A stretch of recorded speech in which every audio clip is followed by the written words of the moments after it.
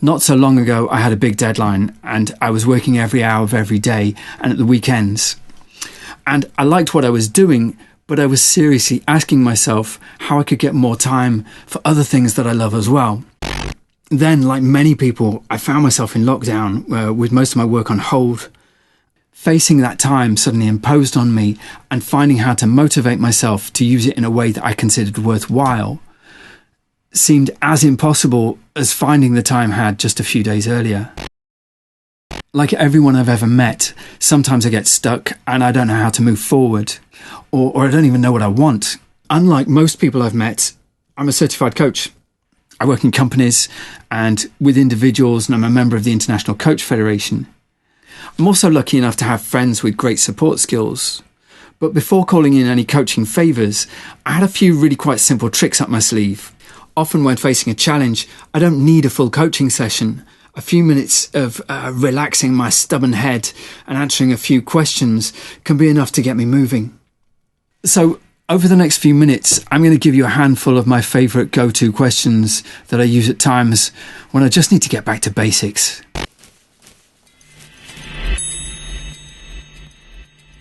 Pretty much the first question I ask is this: what do I want the outcome of this situation to be? If I don't know the answer, I try some stuff on for size, like I want to come out of lockdown stronger than when I went in, or I want to create something beautiful or learn something new.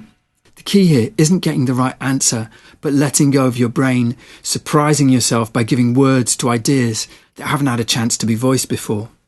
I follow this question pretty much straight away by checking, is this objective something that's within my control?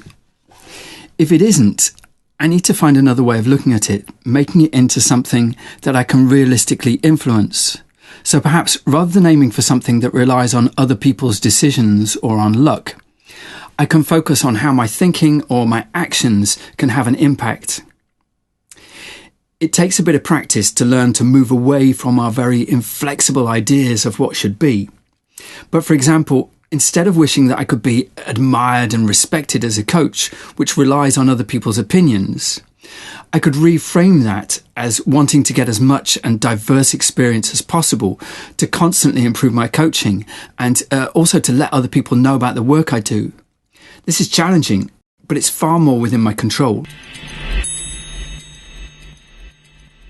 When I've established what I want, I sometimes have to ask, so what's stopping me from doing this? And I've learned to be careful here. What I don't want to do is to spend hours ruminating on why I can't do things. So I just give a name to whatever seems to be the reason. It might be shyness or fear.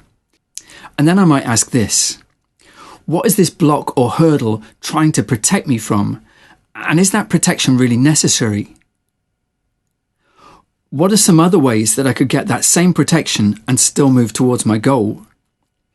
Am I willing to put this obstacle to one side for a moment in order to try out some ideas and strategies for moving towards the goal I've identified? A question I like a lot is, what would be the most creative or the craziest or the most remarkable or most disruptive thing I could do to bring the outcome I want?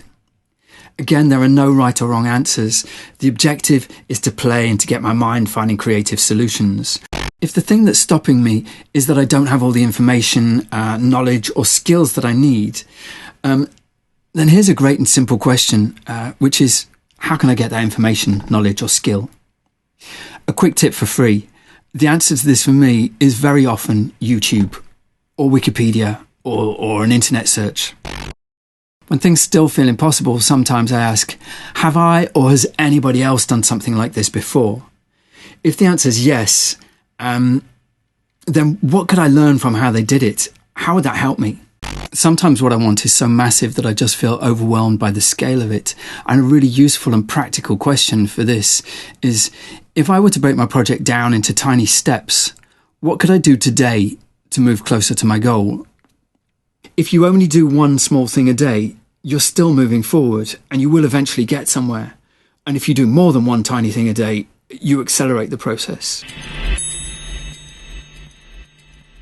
It's only at this point, really, that I allow myself to get practical and I ask myself something like, what am I actually going to do to turn this into reality? And that plan starts with, what's the next step? When am I going to do it? How can I commit to doing it?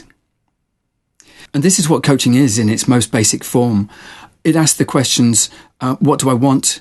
How can I get it? And what's the next step? I use this with clients and I use it with myself. I should point out that getting things done and getting over hurdles is a habit. So the more you do it and the more you get into this way of thinking, the easier it becomes. I put these questions and a few more on an easy to print out sheet that is available for nothing on my website, and I'll put a link in the YouTube description somewhere below.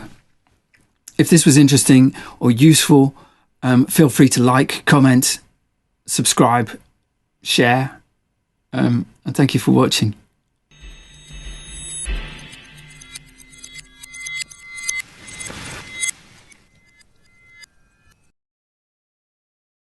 How to coach yourself like a pro in 5 minutes. Take 2047. I'm going to do that paragraph again.